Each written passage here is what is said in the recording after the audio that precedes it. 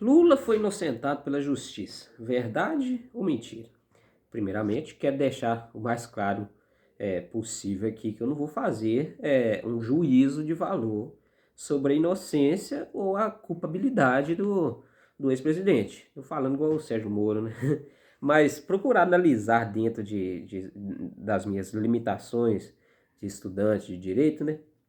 Fazer uma análise, uma forma racional e imparcial dentro da ótica, obviamente, do direito. Como todos já sabem, Lula foi julgado no âmbito da Operação Lava Jato pelo ex-juiz Sérgio Moro em supostos recebimentos de propinas de empreiteiras na forma de reformas num sítio em Atibaia, um triplex no Guarujá e doação de terreno para a construção do Instituto Lula, um instituto dedicado à memória, à obra, ao legado do ex-presidente. Essas propinas seriam em troca de favorecimentos em contratos com o governo, principalmente em serviços para a Petrobras. Aí foram levantadas provas na forma de documentos, comprovando a solicitação, né, comprovando entre aspas, a solicitação de serviço de reforma no sítio por parte de Lula e da sua falecida esposa, Maria Letícia, reserva na construção do triplex, tem fotos dele com o dono da empreiteira, né, o Léo Pinheiro lá, dono da UAS lá dentro do apartamento, dentro do triplex que foi o pivô dessa investigação. Resultado, Lula foi condenado a anos de prisão. Uma vez condenado, Lula teve seus direitos políticos cassados, então a lei da ficha limpa, né, impediu que Lula concorresse à eleição de 2018. O resto todo mundo já sabe.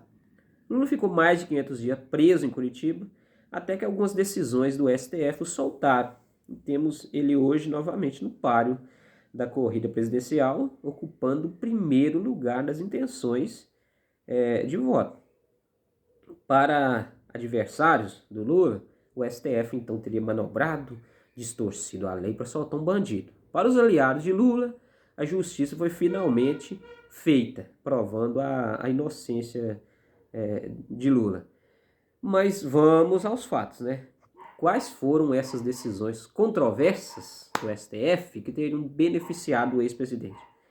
Primeira decisão. O STF decidiu que a 13ª Vara Federal de Curitiba não tinha competência para julgar os casos do sítio, lá em Atibaia, do triplex no Guarujá e do terreno do Instituto para a construção do Instituto Lula. No direito, competência fala daquele juízo que deve julgar um caso. Exemplo, uma pessoa que foi encontrada assassinada exatamente no meio da rua que divide Belo Horizonte e Contagem. Quem deve julgar o caso? A comarca de Contagem ou a comarca de Belo Horizonte? Tem diversos requisitos, né, que são usados no direito, lá no Código de Processo Penal, para se decidir essa competência. Mas não vou entrar nesses detalhes para não estender demais o vídeo, senão vai ficar mais gigante ainda.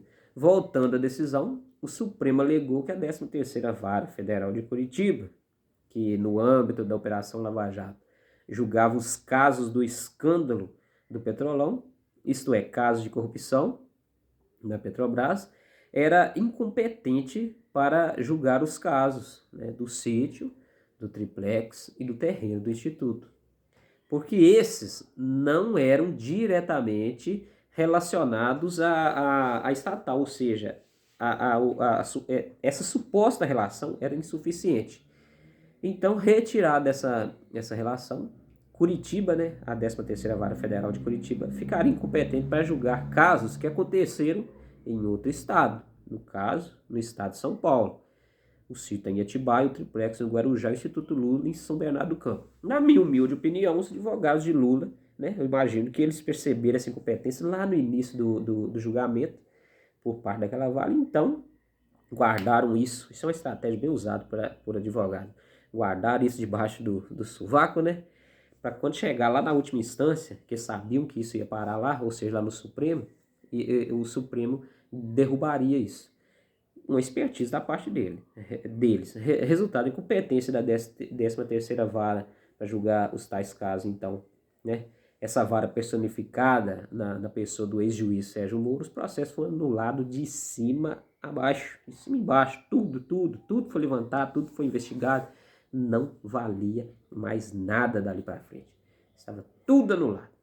Se fosse começar, que tivesse começado do zero. E agora? A competência de fazer esses julgamentos cabe a quem? Pode-se dizer que até hoje é meio nebuloso essa competência. Uns afirmam, né, eu falo de juristas no caso, especialistas da lei, que caberia à Justiça Estadual de São Paulo, onde os crimes teriam sido praticados.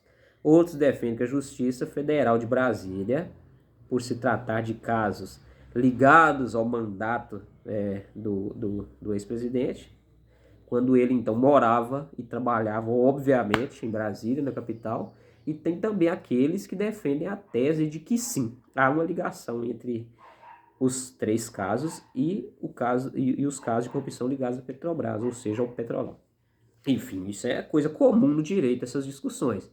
A segunda decisão do STF, assim como a primeira, né, proferida em 2021, é relativa à suspeição do ex-juiz Sérgio Moro.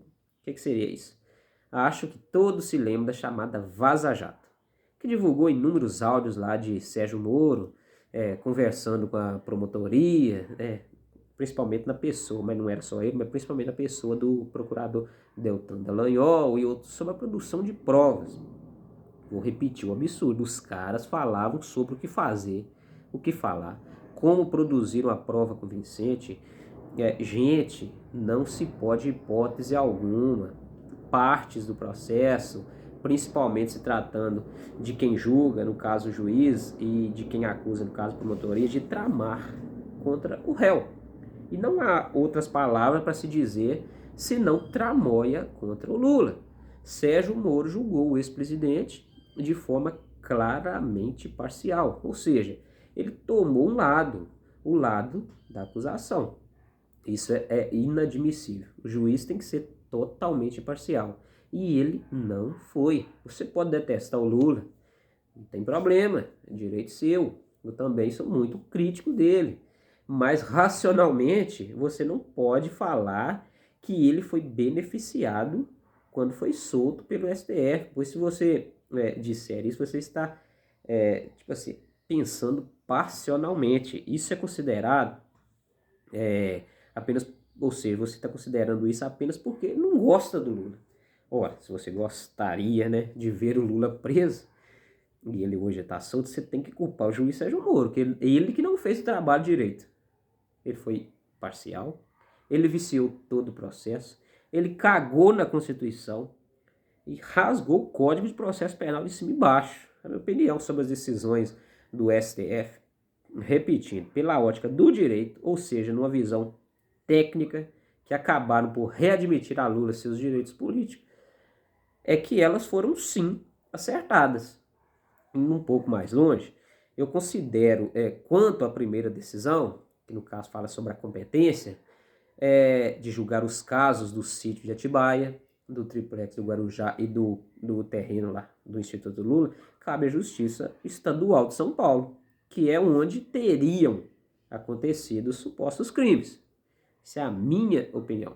Quanto à segunda decisão, também achei acertada, porque embora eu não morra de amores pelo Lula,